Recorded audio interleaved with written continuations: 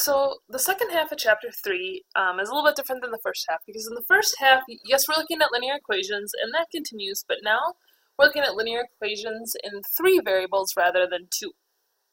Okay? And so what we need to be able to do is we need to be able to graph in 3 dimensions, both graphing a point and graphing a linear equation in 3 dimensions, right? So let's just talk about it real quick. When we graph in 3 dimensions, we use a three-dimensional coordinate system, often known as coordinate space. So we're not on a coordinate plane, we're in a coordinate space. Okay? If you look at this, here's your origin point, 0, 0, 0. It's an ordered triple because there's 3 variables now, right? So everything's kind of taken up one level. Not 2-dimensional, but 3-dimensional. Not an ordered pair, but an ordered triple. Okay, with this, if you look here, this is our x-axis. The positive side is supposed to appear like it's coming out at you into that 3rd dimension. Negative goes backwards behind. Okay, you can picture going behind your computer screen or behind your phone screen or whatever. It's going backwards. Y is now the left to right.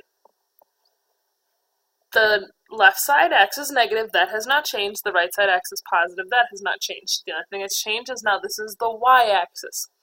What's new is the z-axis. Okay? We have introduced a 3rd axis, and this is how your book sets it up, and so this is kind of the way we're going to roll with it. Okay? Looking at this, z, positive side of z is up here, negative side of z is down here. Okay? So let's talk about how to graph. Here our ordered triple is 4, 2, negative 3.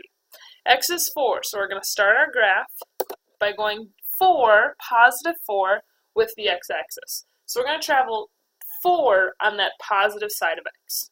Okay? Now it's hard for us to do the y and the z now, because technically we would say, okay, now to graph positive 2, we're going to go this way. Well, but that's not how we want to do it. We treat this by traveling parallel. So here's our going 2 up here. Well, we need to do it from where that x equals 4 part landed us. So we're going to travel 1, 2, to the right to represent y. Okay? And then same thing with z. Negative 3 for z, so we're going to take our graph down 3. And then right here is where we would put our point. Okay? I want you to try. Just sketch these axes into your notes, put them on the left side like we've been doing, and then let's try and graph these 3 points. Okay, negative 3, 4, 1, 2, negative 1, 3, and 1, 4, negative 5. Okay, push pause, just get them graphed real quick. This should only take you 45 seconds, 15 seconds apiece. Let's check how you did. Let's look at that first one. Negative 3 for x, so we're traveling backwards on the x-axis, negative 3.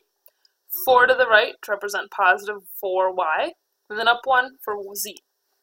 Okay. Positive 2x, so your green is going to come forward 2, left 1 for negative 1y, and then up 3 for z equals 3. There's your second point. And of course you should have little points on the arrows. I kind of screwed that up, but well, you know that that's where your point lives. The last one, positive 1, so you're going to come out 1, right 4, and then down 5. Notice we're always traveling parallel. Okay. Here's the z-axis going down for negative. Here's our graph going down, showing negative 5.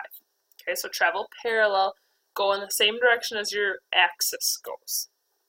Okay, we can graph more than just points. We can also graph equations, linear equations in 3 variables, x, y, and z right here.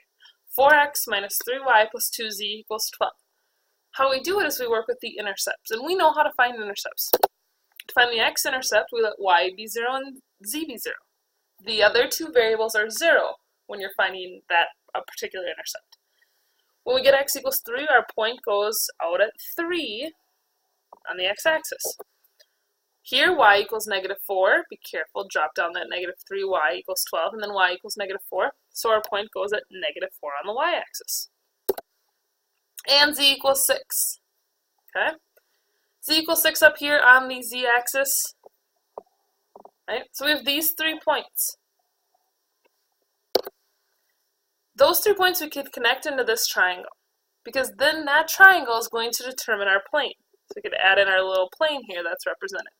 Sketching the plane is kind of tough. It's tough to draw 3 dimensions on 2-dimensional paper. Okay? And so we just do our best. But in order to graph this equation, we have to figure out the 3 intercepts. We have to know x-intercept, y-intercept, z-intercept. Connect them, draw the thing, draw the plane. Okay? Once you've got that, try this one. Negative 2x plus 2y minus 2z equals 8. Okay? Push pause, sketch yourself kind of a crude coordinate system, get those 3 axes put on your paper, and then give it a shot. Okay, let's check how you did. Your x-intercept should have been at negative 4. Okay, that's why I have an orange point back 4 on the x-axis. Y-intercept should have been positive 4, so I'm 4 to the right on the y-axis. And the z-intercept should have been negative 4, so I'm down 4 on the z-axis. Connect them with a triangle, and then of course you draw the plane in as well. Okay, graphing isn't too bad. It's sometimes a little bit tricky to visualize, but as you practice it, your brain will start to see, okay, I've come out, I've gone to the right, I've gone up, or I've gone down, or whatever. Okay? So we will definitely be doing a lot of practice with this, and I know you'll get it. So that's kind of how you graph. Graphing points, graphing equations. Hope you've got this. We'll make sure we get lots of good work with it in class.